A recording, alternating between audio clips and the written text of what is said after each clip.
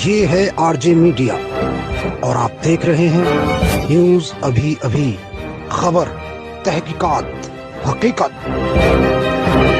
सहारनपुर में लॉकडाउन 4 के दौरान क्या रहेगी व्यवस्था, कौन से प्रतिष्ठान खुल सकेंगे और कौन सी दुकान में रहेंगी बंद। इतना ही नहीं, हॉटस्पॉट्स क्षेत्र को लेकर अब क्या होगी नई व्यवस्था। इन सभी सवालों के जवाब देते हुए जिला अधिकारी ने बताया कि अब रेस्टोरेंट और मिठाई की दुकान खुल सकेंगे, लेकिन रेस्टोरेंट में बैठकर आप खाना नहीं खा सकेंगे। वहां से होम डिलीवरी जरूर हो सकती है, वहीं मिठाई जरूर खरीद सकते हैं, लेकिन वहां बैठकर उसका आनंद नहीं ले पाएंगे। वही स्टेशनरी और बिजली की कुछ दुकानें चिन्हित की गई है, जिन्हें सोशल डिस्टेंसिंग का पालन करते हुए खोला जा सकता है। वहीं सराफा मार्केट को किसी तरह की कोई छूट नहीं मिली है।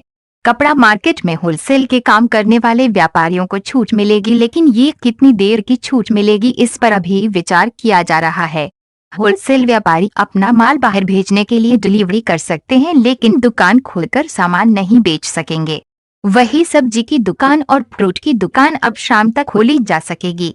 इसके अलावा कॉलोनी में जो दुकानें हैं वे भी खुल सकती हैं, लेकिन बाजार की दुकानों के लिए नियम लागू रहेंगे।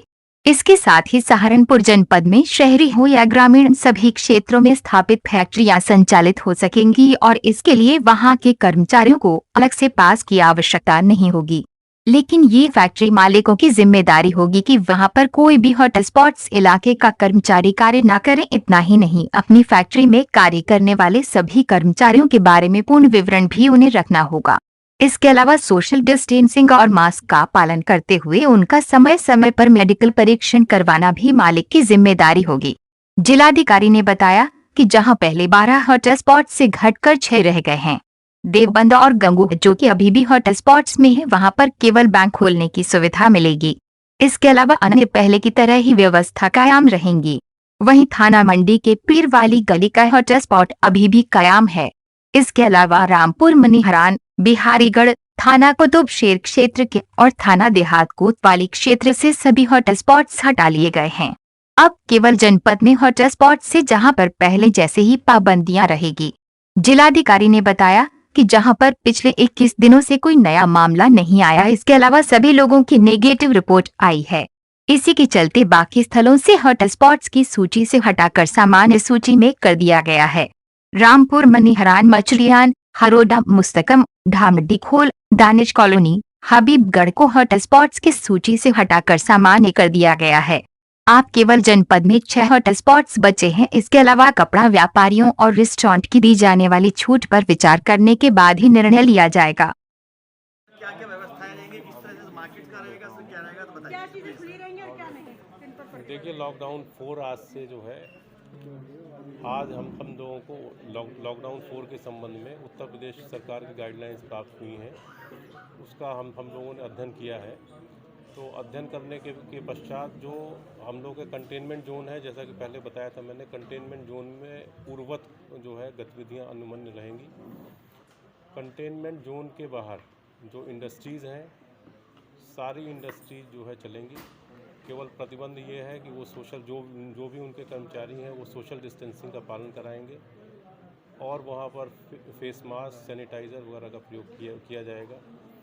एक महत्वपूर्ण चीज़ इसमें ये रहेगी कि जो भी कर्मचारी और उनका स्टाफ है, वो कोई भी स्टाफ और कर्मचारी उनका कंटेनमेंट जोन के भीतर का नहीं रहना चाहिए, या हॉट स्पॉट क्षेत्र का नहीं रहना चाहिए। ये उनकी व्यक्तिगत जिम्मेदारी रहेगी, जो भी इंडस्ट्रियलिस्ट हैं, कि उस बात को सुनिश्चित कराएंगे कि उनका कोई भी कर्मचारी हॉट स्पॉट का नहीं है, और कोई क्षेत्र हॉट स्पॉट है कि नहीं है इसकी सूचना वो संबंधित थाने से प्राप्त करेंगे। इसके साथ साथ जहाँ तक मार्केट्स खुलने की जो बात है, इसमें 2-3 चीज़ें हैं। जैसे जो रेस्टोरेंट हैं, मिठाई की जो दुकानें हैं, ये रेस्टोरेंट और मिठाई की दुकानें खोली जाएंगी, किंतु इसके संबंध में जो उनके एसोसिएशन है उनसे कल हम लोग बात करेंगे। बात करके किस तरह उसमें भी हम लोग जो एक रोस्टर बनवाएं, इसके संबंध में हम लोग बातचीत करेंगे और बातचीत करके कोशिश करेंगे कल ही इसको हम लोग फाइनल कर दें। इसके सिवाय जो राय वाला मार्केट है, कपड़े की थोक की मार्केट है, उस मार्केट में उसके जो तमाम पदाधिकारी हैं वो लोग मुझसे मिले थे। उनकी ये डिमांड थी कि वो तमाम उनके यहाँ माल डंप है, तो अभी फ़िलहाल एक रोस्टर हम लोगों ने तैयार किया है, उसको हम लोग आज रात तक फाइनल कर देंगे। उस रोस्टर के मुताबिक उनको 3-3, 4-4 घंटे के लिए प्रत्येक दिन आगामी कुछ दिनों तक उनको ये परमिशन रहेगी कि वो अपना जो डंप माल है उसको ट्रांसपोर्ट के माध्यम से अगर कहीं बाहर भेजना चाहते हैं, थोक में बेचना चाह रहे हैं तो उसको बेच दें। किंतु प्रतिबंध रहेगा कि वो कोई भी अपना स्टाफ, कोई भी कर्मचारी या ट्रांसपोर्ट का कोई भी आदमी ऐसा नहीं वो जो है लगाएंगे जो आदमी हॉट स्पॉट का हो।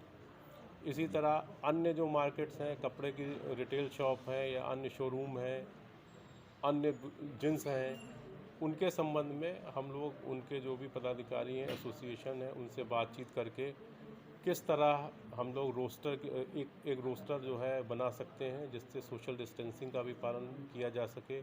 और जो इतने लंबे समय तक हम लोगों ने लॉकडाउन यहाँ पर रखा हुआ है, उसको लॉकडाउन करके रखा हुआ है, उससे जो हम लोगों ने लाभ अर्जित किया है उस लाभ हम लोग मेंटेन कर सकें। इस उद्देश्य से हम लोग इनसे बातचीत करके जो भी और भी मार्केट्स हैं उनको खुलवाने के बारे में एक आध दिन में हम लोग निर्णय करेंगे। देखिए, हॉट स्पॉट आज जो है हम लोगों ने 6 हॉट स्पॉट समाप्त किए हैं, क्योंकि इन 6 हॉट स्पॉट में से पिछले 21 दिन में कोई पॉजिटिव केस रिपोर्ट नहीं हुआ है। ये जो 6 हॉट स्पॉट जो आज हम लोगों ने ख़त्म किए हैं उसमें हरोड़ा मुस्तकम थाना गागलेडी, ग्राम दातनी खोल थाना बिहारीगढ़, कस्बा रामपुर मनिहारन, इसका मोहल्ला सराय है, मोहल्ला महल, मोहल्ला पीपलतला, मोहल्ला सराय थाना रामपुर मनिहारन, एक ये मोहल्ला मछरियान है थाना कुतुबशेर में, दानिश कॉलोनी है आउटर कॉर्डन नर्सरी वाली गली थाना कोतवाली देहात में, और मोहल्ला हबीबगढ़ है थाना कुतुबशेर में। ये 6 जो है हॉट स्पॉट समाप्त हैं, बाकी अब केवल 6 हॉट स्पॉट यहाँ पर रह गए हैं।